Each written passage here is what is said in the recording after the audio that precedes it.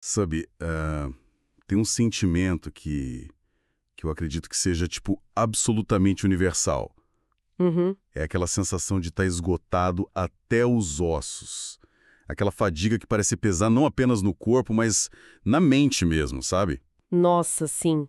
Uma exaustão que paralisa. Exato. E quando isso acontece, o nosso instinto básico de preservação entra em ação. A resposta mais lógica é sempre tentar descansar.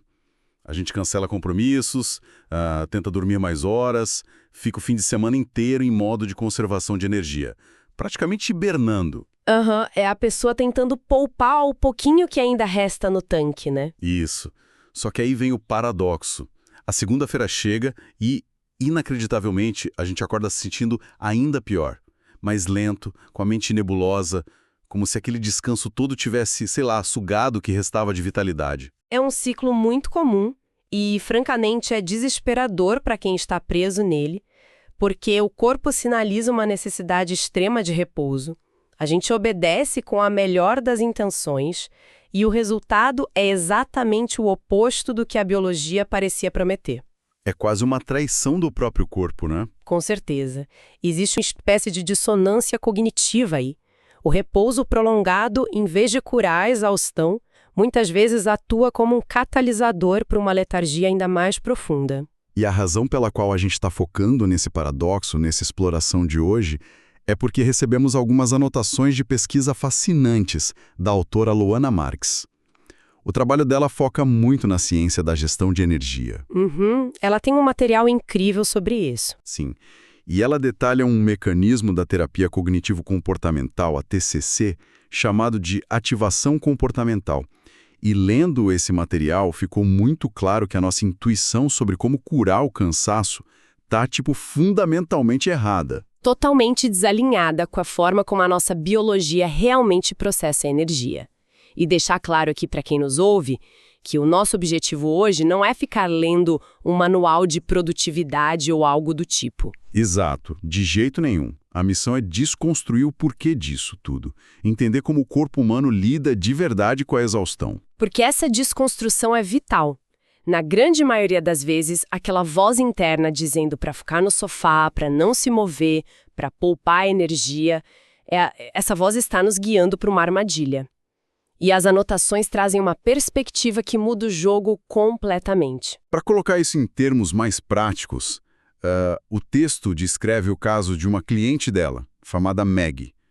E a situação da Maggie é um retrato perfeito dessa armadilha.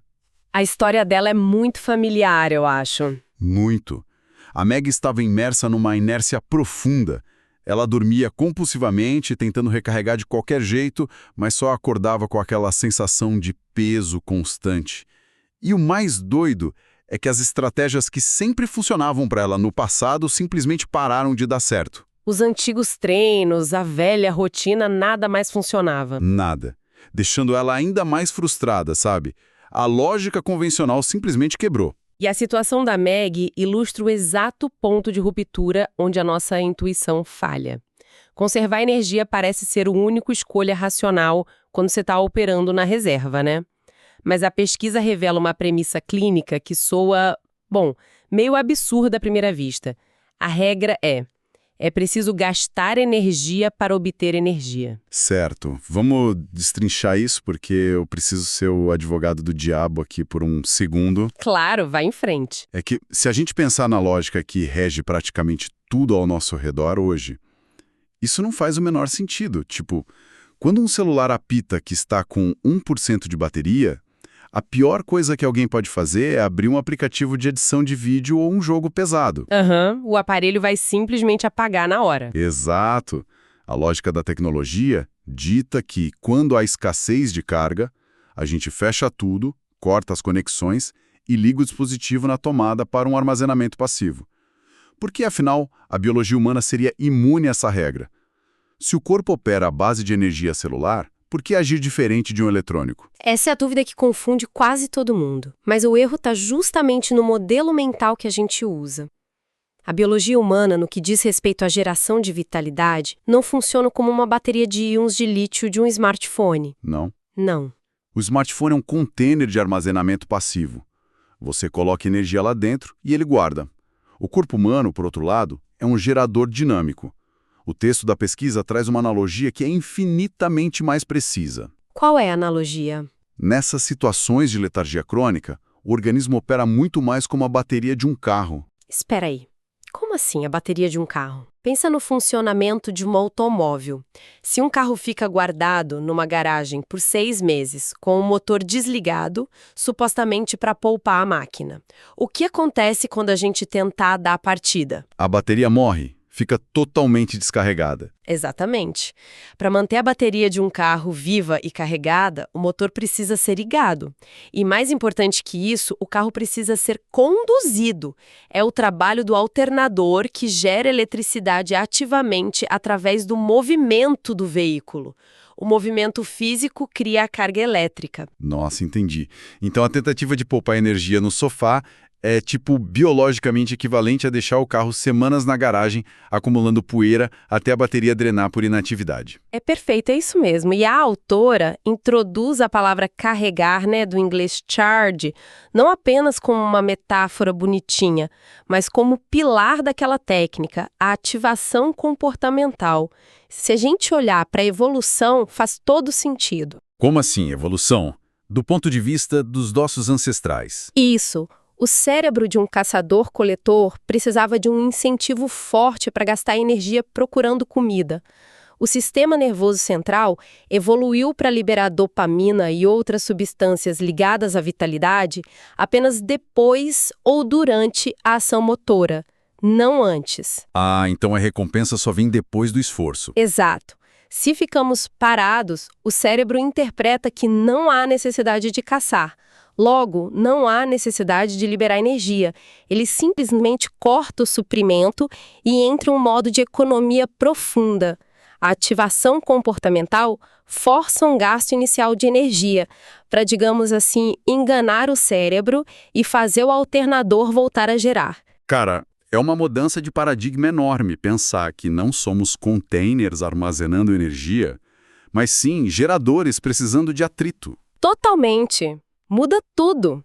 Mas tem um perigo real aí, né? Porque, voltando às notas sobre a Meg, se a resposta para sair da inércia é acionar esse alternador biológico, por que tentar voltar a ter uma rotina ativa acaba muitas vezes num desastre absoluto? Isso acontece com frequência. E o que a Meg fez ilustra bem isso. Então, o que tudo isso significa na prática? Porque a forma como ela tentou resolver o problema é algo que, honestamente, eu acho que quase todo mundo já fez em algum momento de desespero. Ela tentou compensar semanas de inércia em um único dia. O clássico dia da compensação. O que exatamente ela aprontou? Depois de semanas presa em casa, ela simplesmente acordou um belo dia e decretou que ia consertar a própria vida em 24 horas. Ela montou um dia implacável.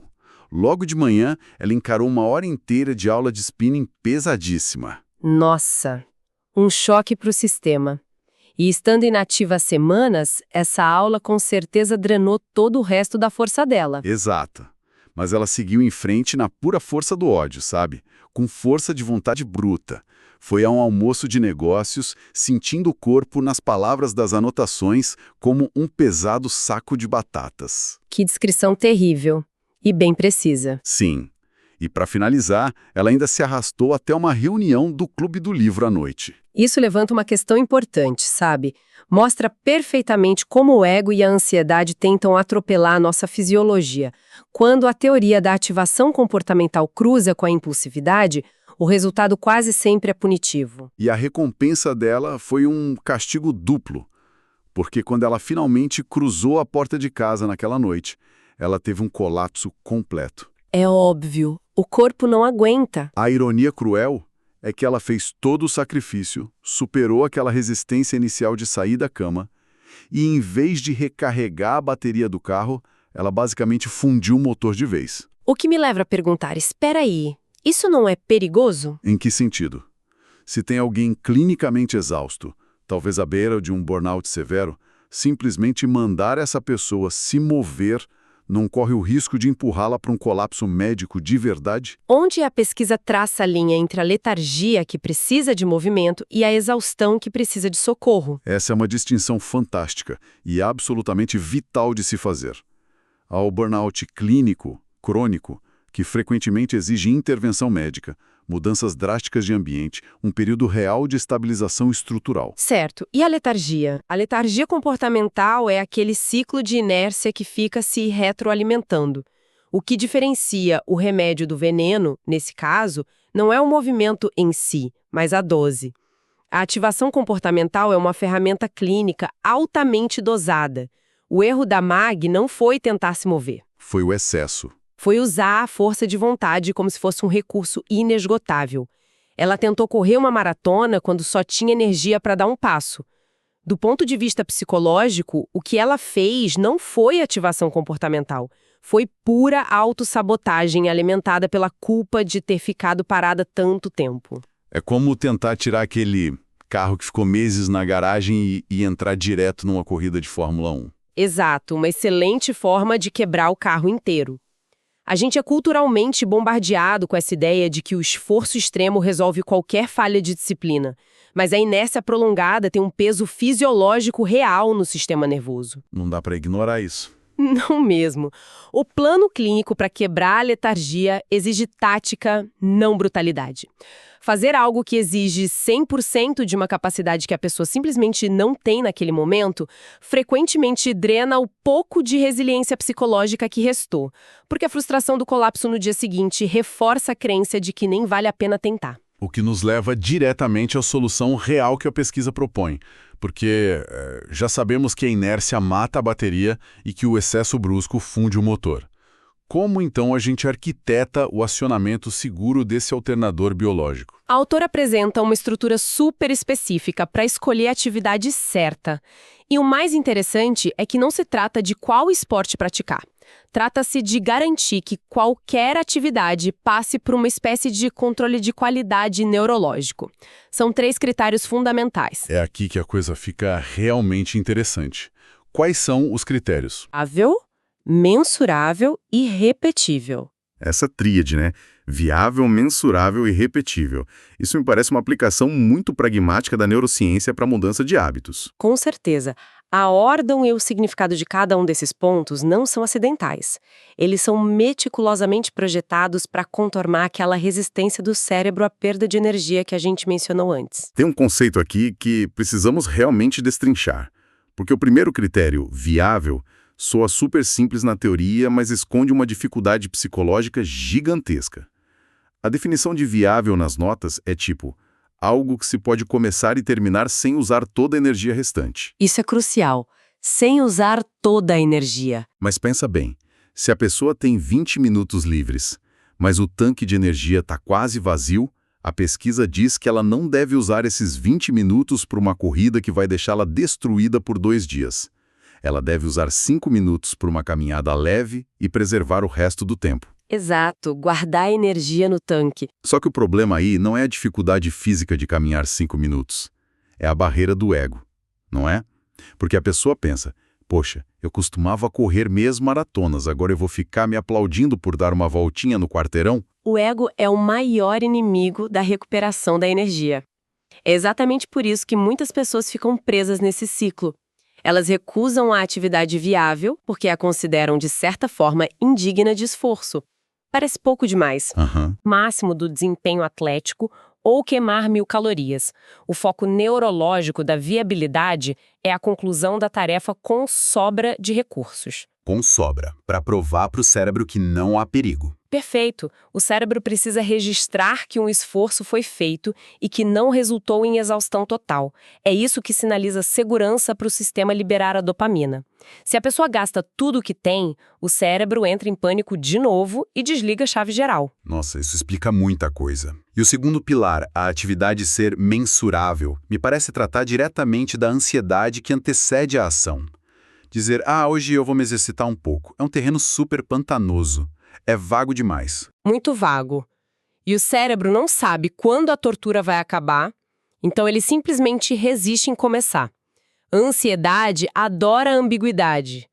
Uma tarefa que não é mensurável cria uma espiral de dúvidas sobre o quanto é suficiente. Então, como a gente torna isso mensurável de um jeito eficiente? Quando a atividade tem limites claros. Por exemplo, a pessoa diz: vou sair pela porta às 10 da manhã, caminhar até a esquina da padaria e estar de volta às 10h10.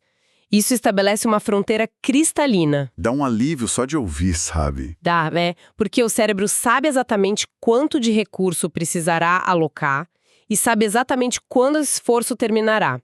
Esse controle reduz drasticamente a resposta de estresse que normalmente associamos ao início de uma nova tarefa.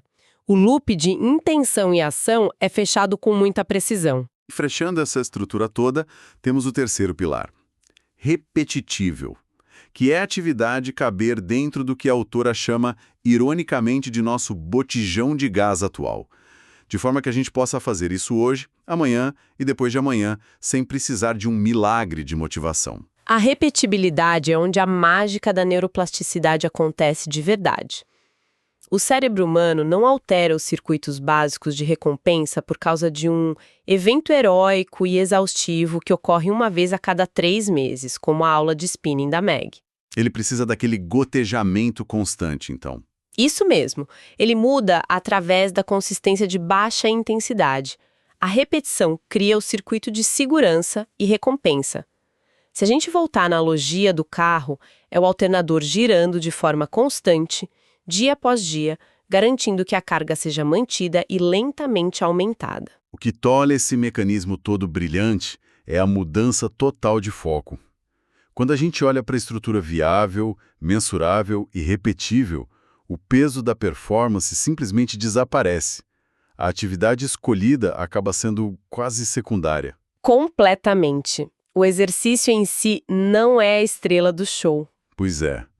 O verdadeiro foco não é o condicionamento físico imediato, é arquitetar o que as anotações chamam de uma vitória antecipada. É essencialmente um hack biológico. A gente entrega para o cérebro o gosto do sucesso, aquela sensação maravilhosa de eu me propus a fazer uma coisa e eu fui lá e fiz. E essa vitória antecipada desencadeia uma cascata neuroquímica muito real. Porque a dopamina não é apenas o hormônio do prazer que todo mundo fala. Ela é a molécula da motivação. Ela que empurra a gente para frente. Com a energia sobrando, essa liberação de dopamina atua não só como recompensa, mas como um combustível químico para o próximo passo. A motivação até precede a ação numa mente descansada. Mas numa mente exausta, a ação precisa obrigatoriamente preceder a motivação. E foi exatamente essa recalibragem que foi aplicada a Meg depois do desastre do spinning. Em vez de focar nas aulas intensas que pertenciam a uma versão anterior da vida dela, a nova abordagem foi construída sobre avaliações cruas do estado atual dela. O texto menciona 3 perguntas fundamentais que substituíram a cobrança. O que é fascinante aqui é como essas perguntas são práticas. Sim. A primeira pergunta é: quanta energia há disponível agora? Não na semana passada, não no mundo ideal onde ela dorme 8 horas e come super bem, mas nesta manhã específica. É um inventário honesto, de recursos, sem julgamentos morais de eu deveria estar fazendo mais. A segunda pergunta é: quando foi a última vez que essa atividade foi feita? Porque, se faz 6 meses que o tênis de corrida não sai do armário, o nível de atrito inicial para calçar ele vai ser muito, muito maior. E a terceira pergunta, que é basicamente o mapa da viabilidade. Como essa atividade pode ser fatiada, dividida, para garantir que o indivíduo não fique sem combustível antes da linha de chegada. E as respostas a essas perguntas ditaram a intervenção real na rotina da Meg, que foi impressionante pela simplicidade. O que foi prescrito não foram maratonas. Foram coisas que, para uma mente perfeccionista, parecem ridículas, quase irrelevantes, mas que clinicamente têm um poder enorme. Sim, atividades extremamente contidas. Atividades como fazer uma caminhada de meros 5 minutos, ou simplesmente colocar a coleira no cachorro e dar uma única volta no quarteirão e voltar para casa. Ou até menos que isso. 3 minutos cronometrados de alongamento básico na sala de estar. Isso. Tinha até a sugestão de colocar uma música favorita e balançar o corpo na cozinha até a música acabar. Mas uma dúvida que me surgiu lendo isso. O sistema nervoso realmente não julga o nível atlético dessa atividade? Quer dizer, para o alternador voltar a funcionar, tanto faz se a pessoa está fazendo uma coreografia complexa ou apenas se espreguiçando de pijama pela casa. O sistema nervoso autônomo é surpreendentemente simples nesse aspecto inicial. O corpo só precisa registrar que o estado de repouso absoluto foi quebrado. Só quebrar a inércia, então. Exato.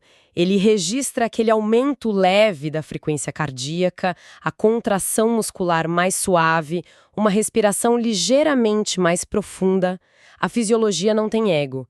Qualquer movimento mensurável que caiba no orçamento energético daquele dia serve como o primeiro dominó a cair nessa cascata de recuperação. E a partir do momento em que esse primeiro dominó cai, os benefícios começam a se acumular, né?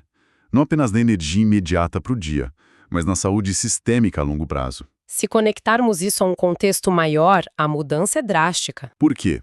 Como as fontes apontam claramente, os ganhos desse movimento consistente de baixa intensidade são imensos. O mero fato de colocar o corpo em ação regular já começa a regular os ciclos de vigília e sono, o que, obviamente, melhora a reparação noturna, que, por sua vez, impacta a redução de sintomas associados à ansiedade e a quadros depressivos leves. Tudo provocado por uma caminhada humilde e viável de 5 minutos. A literatura científica apoia fortemente essa cadeia de eventos. É o fim daquela dicotomia de tentar consertar a vida inteira de uma vez. Quando um corpo que estava completamente estagnado entra numa cadência previsível e suave de movimento, a energia base simplesmente sobe. Fica uma fundação mais forte, né? E é somente quando essa base está sólida, com o alternador operando de forma eficiente e contínua, que se pode pensar em aumentar a carga e buscar níveis maiores de esforço. Tentar pular essa etapa inicial é garantir uma passagem direta de volta para o sofá da exaustão. Para consolidarmos o que exploramos aqui hoje, acho que fica muito claro que o caminho para fora dessa névoa do esgotamento requer muito mais compaixão e tática do que força bruta. Com certeza. Exige inteligência estratégica. A gente começou lidando com a confusão natural de acordar mais cansado do que quando a gente foi dormir. Entendemos a diferença fundamental entre o corpo ser um dispositivo de armazenamento passivo e um sistema gerador, como o alternador de um carro. Vimos com o exemplo doloroso do dia hiperativo da Meg que tentar compensar o tempo perdido de uma vez só apenas funde o motor biológico. Uma lição dura, mas necessária. E a nossa saída se provou muito mais gentil e científica. Utilizar a estrutura viável, mensurável e repetível para criar aquelas vitórias antecipadas que reprogramam a resposta de dopamina do nosso cérebro. O grande ganho dessa perspectiva para quem nos ouve hoje é a remoção completa da culpa. Porque superar a letargia não é um teste de fibra moral. Não exige heroísmo algum. Ninguém precisa ser um super-herói da produtividade. Não.